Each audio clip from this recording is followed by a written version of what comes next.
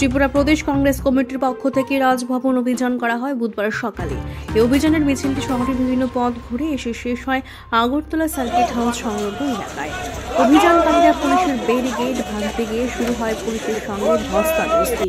এই অভিযানে circuit house এলাকায় বিধায়ক সুদীপ রায় বর্মন তার কি প্রতিক্রিয়া ব্যক্ত করলেন তা দেখব। থামবার কোনো লক্ষণ নেই। দুঃখের সঙ্গে লক্ষ্য করছি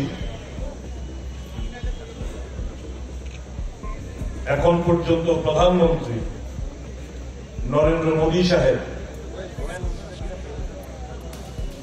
1 মিনিটের জন্য মণিপুরে পদার্পণ করেন, যথার্থ ভূমিকা নিচ্ছেন না।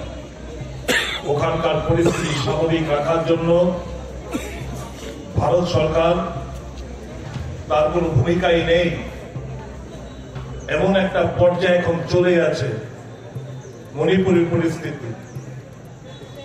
সরকার বদল হলেও, ওখানে রাষ্ট্রপতি শাসন জারি করলেও, কিংবা যে কোনো পদক্ষেপই সরকার গ্রহণ করুক তা কেন্দ্রীয় সরকারের তরফ থেকে, এই আগুন আর থামবে বলে মনে হচ্ছে না। এটা হচ্ছে আমাদের কাছে, প্রত্যেকটি ভারতীয় কাছে একটা চিন্তার বিষয়।